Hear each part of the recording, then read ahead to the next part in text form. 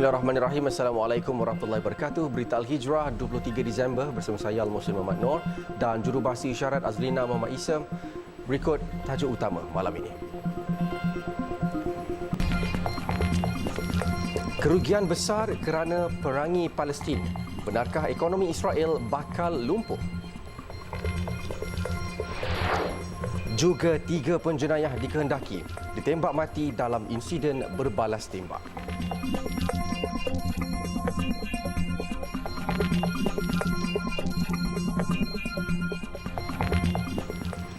Berita malam ini kami mulakan dengan perkembangan genosid di Gaza. Serangan Zionis Israel masih berterusan dan memfokuskan kepada kawasan di Bandar Jabalia di utara Gaza dan Khan Yunis. Puluhan penduduk kawasan itu syahid dalam serangan berkenaan. Laporan agensi berita Al Jazeera menyatakan tentera penceroboh cuba memasuki bandar berkenaan dari arah timur dan barat. Difahamkan talian komunikasi turut terputus di kawasan berkenaan. Agensi berita itu turut melaporkan siri pengeboman di kawasan Al-Jarn di Jabalia. Sementara itu, selain di Gaza, tentera penceroboh dengan kereta kebal meneruskan misi menyerbu beberapa kawasan di tebing barat. Rakyat Palestin di Jenin dilapor bertempur dengan tentera Zionis berhampiran sebuah kem pelarian.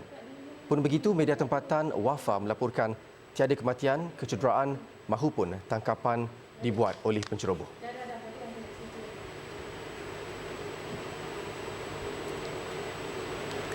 Beban kerugian yang sangat besar akibat kerakusan melakukan genosid di Gaza, Palestin diramal tidak akan mampu ditanggung oleh negara haram Israel dalam tempoh sebulan lagi. Malah ketika ini pun entiti penceroboh itu telah rugi besar hingga beratus-ratus bilion shekel bersamaan lebih 50 bilion dolar Amerika akibat terlalu banyak berbelanja hanya dengan matlamat untuk memusnahkan Gaza. Berita Al-Hijrah mendapatkan ulasan aktivis Palestin M. Shahul Hamid Muhammad Mirah bagi mendapatkan gambaran sejauh mana ekonomi negara haram Israel akan mula lumpuh. Jelas M. Shahul Hamid terdapat 2 faktor yang menjadi punca kemelesetan teruk ekonomi Israel, antaranya perbelanjaan ketenteraan yang begitu tinggi, lebih-lebih lagi apabila ia menyerang Gaza terus-menerus selama hampir 80 hari. Ia termasuk kos upah untuk tentera simpanan untuk menentang Hamas. Untuk sebulan lagi, mereka tidak boleh menanggung kerugian yang besar ini. Mungkin sebab 2 sebab lah. Kerugian ini disebabkan oleh 2 sebab. Satu, kerana kos pembiayaan ketenteraan itu sendiri dan juga hasil daripada boikot. M. Shahul Hamid turut menegaskan implikasi boikot yang sedang dilakukan dunia ke atas produk-produk yang ada hubung kait dengan entiti haram itu juga telah memburukkan lagi ekosistem ekonomi Israel yang telah melalui fasa-fasa kerugian sejak 7 Oktober lalu. Jadi mereka sedang mengalami kerugian yang sangat besar. Sebab boikot ini berjalan bukan saja di Malaysia tetapi di seluruh dunia, baik di negara-negara Arab, baik di Australia, baik di US sendiri, baik di Europe sendiri, juga di Afrika. Memang mereka sedang mengalami pemboikotan yang agak besar dan agak serius dan telah membawa kepada satu kerugian yang sangat besar. Kalau boikot ini berjalan lebih kurang lagi 2-3 bulan, banyak mereka tak boleh tahan lagi. Jadi mereka perlu membuat sesuatu supaya boikot ini can be lifted dan hanya satu cara untuk lift benda ni ialah dengan gencatan senjata. Jadi adakah mereka akan bersetuju untuk gencatan senjata? Beliau turut berharap usaha boikot dapat terus digerakkan di seluruh dunia yang disifatkannya berupaya menjejaskan kestabilan ekonomi Israel. Pada masa sama memberi mesej jelas kepada sekutu kuat negara haram itu bahawa dunia tidak langsung mengiktiraf kezaliman yang sedang dilakukan Benjamin Netanyahu ke atas rakyat Palestin. Malaysia mengalu-alukan penerimaan resolusi Majlis Keselamatan Pertubuhan Bangsa-Bangsa Bersatu UNSC bertajuk memantau dan meningkatkan bantuan ke Gaza yang diterima pakai semalam di New York. Resolusi berkenaan menyeru agar akses kepada bantuan kemanusiaan di Gaza dipercepatkan, diberi jaminan keselamatan dan diperluaskan serta mewujudkan suasana sesuai bagi menghentikan kekejaman. Berhubung perkara itu, Malaysia menggesa semua pihak untuk mematuhi dan melaksanakan resolusi Majlis Keselamatan dan semua resolusi berkaitan mengenai wilayah Palestin yang diduduki berdasarkan prinsip piagam PBB. Malaysia dalam kenyataan Wisma Putra hari ini mengulangi tuntutannya untuk gencatan senjata segera bagi membolehkan bantuan kemanusiaan selamat tiba dan tanpa halangan. Resolusi PBB itu juga menyeru semua pihak mematuhi undang-undang antarabangsa dan dalam hal ini mengecam semua serangan terhadap orang awam dan infrastruktur awam, keganasan dan dendam terhadap orang ramai. Resolusi itu juga menuntut pembebasan segera dan tanpa syarat semua tebusan dan memastikan akses kemanusiaan bagi menyantuni keperluan perubatan mereka. Selain itu, Setiausaha Agung PBB juga diminta melaporkan pelaksanaan resolusi itu dalam laporan tetap kepada Majlis. Malaysia mengulangi gesaannya bagi penyelesaian yang mampu bertahan untuk negara Palestin yang merdeka dan berdaulat berdasarkan sempadan sebelum 1967 dengan Baitul Maqdis Timur sebagai ibu negaranya. Terdahulu, Wakil Palestin ke PBB, Riyad Mansur, berkata resolusi berkenaan adalah langkah tepat dalam menjurus kepada gencatan senjata dan jeda kemanusiaan. This resolution is a step in the right direction. It must be implemented and must be accompanied by massive pressure for an immediate ceasefire. I repeat, immediate ceasefire. Sebelum ini, bantuan yang masuk ke Gaza dilapor tidak mencukupi, malah keselamatan truk-truk bantuan juga tidak dijamin sepenuhnya.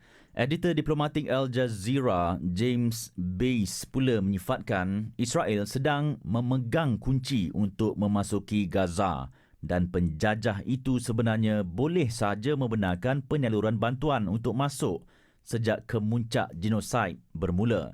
Namun apa yang berlaku adalah penjajah mengawal dari aspek penyaluran bekalan elektrik dan air dan memburukkan lagi senario apabila hospital dan tempat perlindungan juga dibom.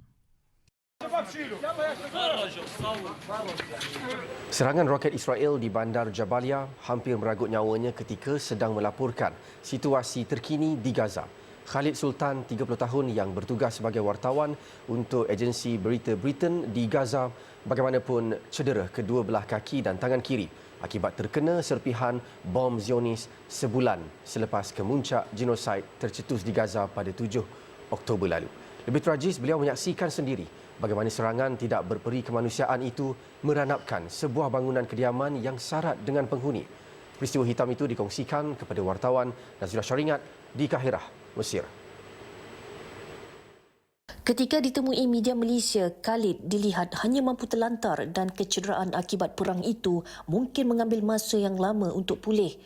Selepas tragedi berkenaan, pendengarannya juga terjejas 50% dan dia pernah dibawa ke Hospital Al-Shifa di Gaza. Namun, fasiliti perubatan itu sudah sedia lumpuh.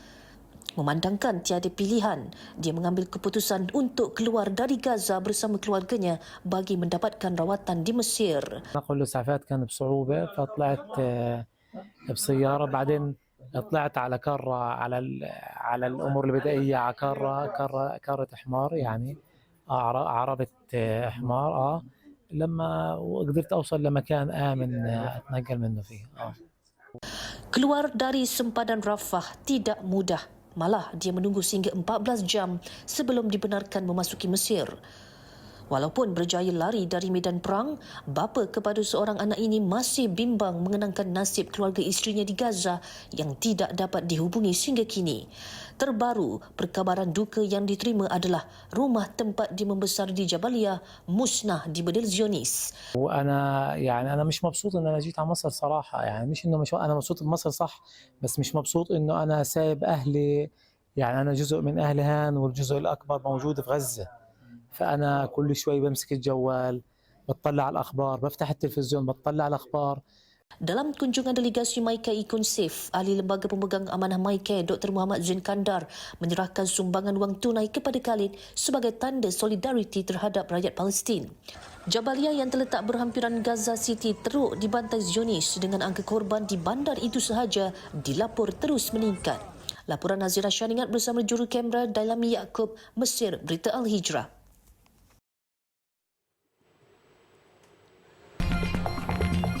Selepas ini, 5 syarikat pengeluar makanan ayam pengkhianat negara. Jenayah maut selepas berbalas tembakan dengan pasukan polis tengah malam semalam. Kejadian jam 12.30 tengah malam itu berlaku di Jalan SJ7, Taman Selayan Jaya, Gombak, Selangor. Kesemua ditembak mati dalam kejadian itu disyaki terlibat kes samun dan pecah rumah dengan menggunakan senjata api. Ketiga-tiganya dipercayai warga asing. Kumpulan penjenayah tersebut juga dipercayai aktif melakukan jenayah di sekitar Selayang dan Gombak. Mayat ketiga-tiga penjenayah itu dihantar ke Hospital Sungai Buloh untuk proses bedah siasat.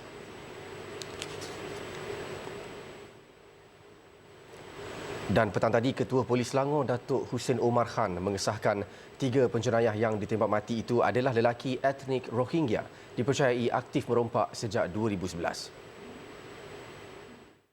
Jelas Datuk Hussein, ketiga-tiga suspek tiba-tiba bertindak agresif ketika ditahan anggota polis yang sedang membuat rondaan.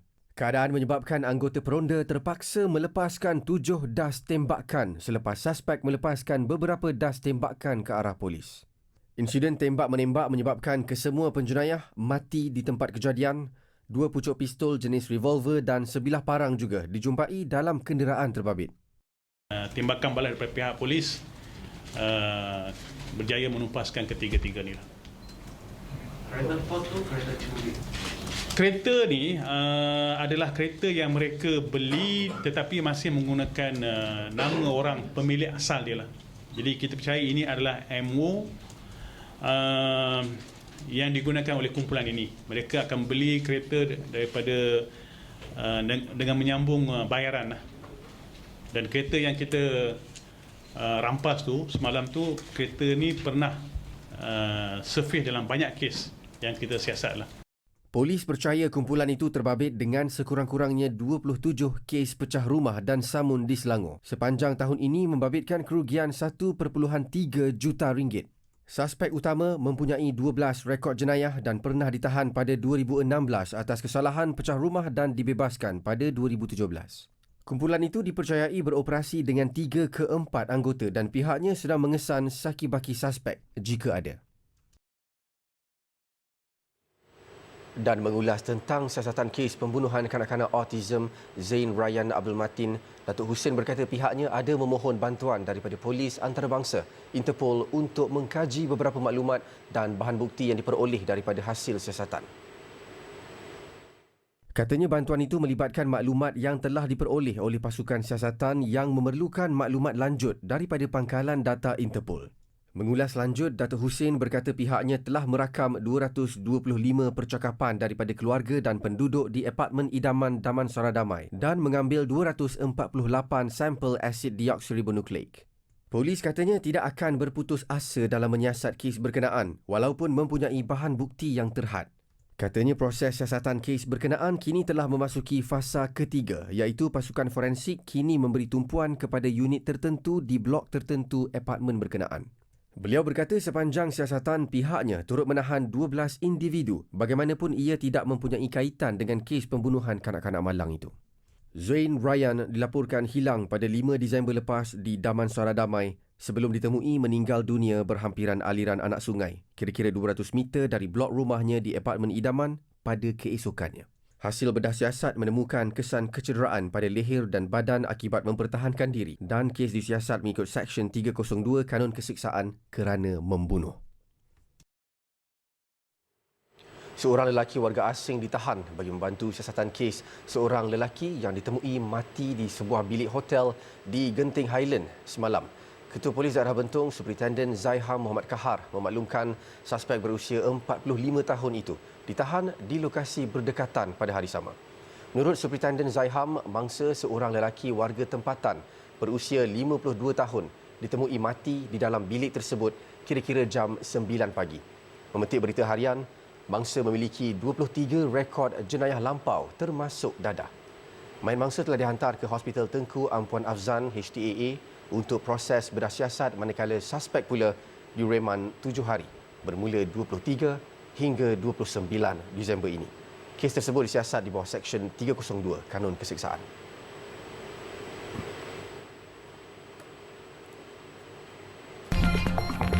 Jangan sesuka hati naikkan harga pelitup muka dan kit ujian kendiri COVID-19. Alhamdulillah bertemu lagi. Kestabilan politik dalam negara pada masa ini membolehkan kerajaan perpaduan memberikan fokus terbaik untuk membangun dan mengembangkan ekonomi negara ke tahap yang lebih baik pada tahun hadapan. Perdana Menteri Datuk Seri Anwar Ibrahim berkata kerajaan akan menumpukan usaha untuk mempertingkatkan pelaburan domestik dan menarik lebih banyak pelaburan luar bagi merancangkan dan mengembangkan lagi ekonomi negara. Fokus kepada kekuatan ekonomi, sama ada pelaburan domestik, pelaburan luar, dan ini ada kaitan umpamanya dari segi tata kelola, ease of doing business, kemana kecepatan, kepantasan, kelulusan dan mengurangkan kerana birokrasi, dan saya sebut tadi penguasaan bahasa Inggeris lebih baik, mutu latihan baik TVET dan teknologi dan AI yang lebih tingkatan yang lebih tinggi. Datuk Seri Anwar berkata demikian pada sesi dialog Perdana Menteri bersama Ketua Pengarang serta Pengarang Kanan Media Elektronik, Cetak dan Dalam Talian di Sri Perdana Putrajaya pagi tadi. Sementara itu, Datuk Seri Anwar berkata walaupun pengalaman setahun menerajui pimpinan disifatkannya amat mencabar, beliau bagaimanapun berbangga kerana jentera parti yang bersama dalam kerajaan perpaduan nampak memberi kerjasama yang penuh. Beliau yang juga Menteri Kewangan menyifatkan langkah yang diambil sama ada tata kelola, menentang rasuah, menetapkan syarat-syarat ketelusan dalam perolehan dan program-program madani, ekonomi serta program-program lain dilihat tidak menghadapi masalah. Golongan agamawan diingatkan bersikap cermat, memelihara adab serta tawaduk atau rendah diri dalam berdakwah dan menyebarkan risalah agama. Menteri di Jabatan Perdana Menteri Hal Ehwal Agama Datuk Dr. Muhammad Naim Mokhtar berkata pendakwah juga perlu menghayati nilai hikmah demi memelihara perpaduan masyarakat yang berakhlak, bersatu padu dan sejahtera. Dalam kenyataannya hari ini, Datuk Dr. Muhammad Naim berkata sebarang ucapan dan ceramah berbaur sentimen perpecahan dan kebencian sesama umat Islam perlu dihentikan. Kenyataannya dibuat sebagai mengulas tindakan seorang pendakwah yang dikatakan mencemuh pemimpin negara yang disifatkannya sebagai sesat serta jahil ketika membincangkan kisah Ashabul Kahfi di dalam Al-Quran. Kata Datuk Dr. Muhammad Naim, pemimpin negara itu tidak pernah menyifatkan para pemuda Ashabul Kahfi sebagai golongan tidak beriman. Sebaliknya mempertegaskan keimanan mereka dalam ucapannya pada masa sama mengajak penjawat awam mengambil iktibar daripada kisah mereka. Jelas Datuk Dr. Muhammad Naim lagi, huraian pemimpin negara itu juga selari dengan penjelasan Pejabat Mufti Wilayah Persekutuan yang boleh dirujuk dalam Irsyad Al-Hadith siri ke-50, Kisah dan Bilangan Ashabul Kahfi, dikeluarkan pada April 2016 dan Bayan Linnas siri ke-286, Adakah Ashabul Kahfi beragama Kristian pada Disember 2023. Pengkhianatan kepada negara. Itu istilah yang digunakan sesudah tindakan 5 syarikat pengeluar makanan ayam yang bersekongkol menetap dan mengawal harga ayam. Timbalan Menteri Perdagangan Dalam Negeri dan Kos Sara Hidup KPDN, Fuziah Saleh berkata perbuatan itu merupakan kesalahan paling besar dalam Undang-Undang Persaingan kerana menyebabkan kerajaan sukar mengawal harga ayam. Jelas Fuziah, tindakan syarikat pengeluar makanan ayam itu juga sekaligus merencatkan usaha kerajaan meringankan kos sara hidup rakyat. Sebab itu saya kata ianya pengkhianatan kepada negara. Ya. Kerana harga subsidi itu ialah subsidi di peringkat pengeluaran. Ya, dan di situlah mereka naikkan harga kos pengeluaran. Ya, dengan berpakat. Mereka berpakat. Jadi kalau pengusaha pergi dekat syarikat ni, harga macam ni. Pengusaha pergi syarikat ni, harga dia sama. 5 syarikat tu sama je. Jadi pengusaha tak ada pilihan. Ya, jadi inilah sebab saya kata pengkhianatan, kesalahan paling besar dari sudut Akta Persaingan.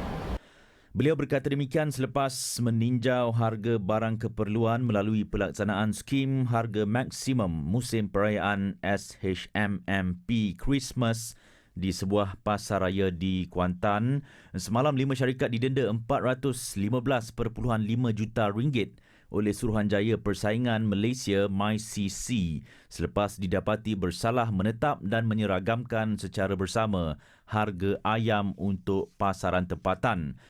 Syarikat itu adalah Dindings Poultry Development Centre Sendirian Berhad, FFM Berhad, Goldcoin Feed Mills Malaysia Sendirian Berhad, Leong Hub Feed Mill Malaysia Sendirian Berhad dan PK Agro Industrial Products Malaysia Sendirian Berhad. Walaupun terdapat peningkatan jangkitan COVID-19 sejak awal bulan ini, peniaga diingatkan tidak mengambil kesempatan menaikkan harga pelitup muka dan kit ujian pantas antigen COVID-19. Pengarah Kementerian Perdagangan Dalam Negeri dan Kos Sara Hidup KPDN Negeri Sembilan, Muhammad Zahir Mazlan berkata kedua-dua barang berkenaan masih lagi disenaraikan sebagai barangan kawalan mengikut Akta Kawalan Harga dan Anti Pencatutan 2011 dan Akta Pelindungan Pengguna 1999. Menurut Muhammad Zahir, setakat ini tiada laporan kekurangan bekalan mahupun pembelian panik melibatkan pelitup muka dan kit ujian kendiri di negeri itu. Namun katanya, sesekali pasukan penguat kuasa akan turun padang ke farmasi dan kedai menjual pelitup muka bagi melakukan pemantauan. Pihaknya akan terus bertindak jika pemantauan mendapati harga jualan bagi kedua-dua peralatan itu tidak munasabah. Satu kotak RM10 you boleh dapat 50 keping. Itu harga yang ada dekat pasaran sekarang lah. Dan walaupun berlaku peningkatan seperti yang KKM umumkan dalam 2-3 minggu kedua dan juga minggu ketiga epidemik kepada dalam bulan Disember ni, saya tengok bekalan tu pun masih stabil, tak ada lagi pembelian panik. Dan saya percaya sebenarnya rakyat kita pun sudah imun, sudah boleh hidup bersama dengan virus dan sebagainya ni. Muhammad Zahir ditemui selepas mengiringi Exko Keusahawanan Sumber Manusia Perubahan Iklim Koperasi dan Kepenggunaan Negeri Sembilan S. Virapan pada Majlis Pelancaran dan Walkabout Skim Harga Maksimum Musim Perayaan SHMMP Perayaan Christmas 2023 peringkat Negeri Sembilan di sebuah pusat beli belah dinilai. Pada Mac tahun lalu, kerajaan menetapkan harga maksimum peringkat runcit untuk pelitup muka satu lapisan ialah 7 sen seunit, dua lapisan pada harga 20 sen seunit dan 3 lapisan pada harga 70 sen seunit. Terbinanya Masjid Ar-Raudah As-Sakinah di Taman Pulai Emas, Johor Bahru kelak, maka berakhirlah penantian penduduk sejak sekian lama untuk memiliki rumah Allah yang sempurna. Berkongsi kegembiraan berhubung perkara itu, Pengerusi Jawatankuasa Masjid, Katiman Jamiran berkata pembangunan infra itu turut dapat mengubat rindu lebih 10,000 karya setempat untuk menjalankan ibadah di prasarana yang lebih kondusif. Katanya meskipun baru 20% siap, namun besar harapan penduduk sekitar terhadap inisiatif berkenaan. Malah pelbagai kegiatan pengimarahan turut dirancang awal bagi meraihkan masjid yang bakal disempurnakan pada 2025 itu nanti. Sebenarnya sebelum dinamakan sebuah masjid Taman Pulai Emas, kami hanya bergelar surau Taman Pulai Emas yang mempunyai satu bangunan yang kecil saja, dan alhamdulillah dinaik taraf sebagai sebuah surau solat Jumaat dan kemudian dinaikkan taraf juga sebagai sebuah masjid lebih kurang dalam 12 ke 15 tahun. Baru kita dapat mengimpikan sebuah masjid yang selesa. Beliau dalam masa sama turut menyelit kerisauannya berhubung perkembangan usaha tersebut yang masih lagi memerlukan peruntukan sebanyak 2.7 juta ringgit. Jelas katiman jumlah itu dituntut bagi mencukupkan dana projek yang memakan belanja 11.3 juta ringgit. Sumbangan orang ramai boleh disalurkan menerusi akaun Maybank yang tertera atau boleh menghubungi talian yang terpapar untuk maklumat lanjut. Sekian berita Al-Hijrah untuk malam ini. Saya Al-Muhsin Muhammad Noor dan jurubahasa isyarat Azlina Muhammad Isa. Satukan ummah dengan ilmu bagi memperkasa Malaysia Madani. Assalamualaikum warahmatullahi wabarakatuh dan selamat malam.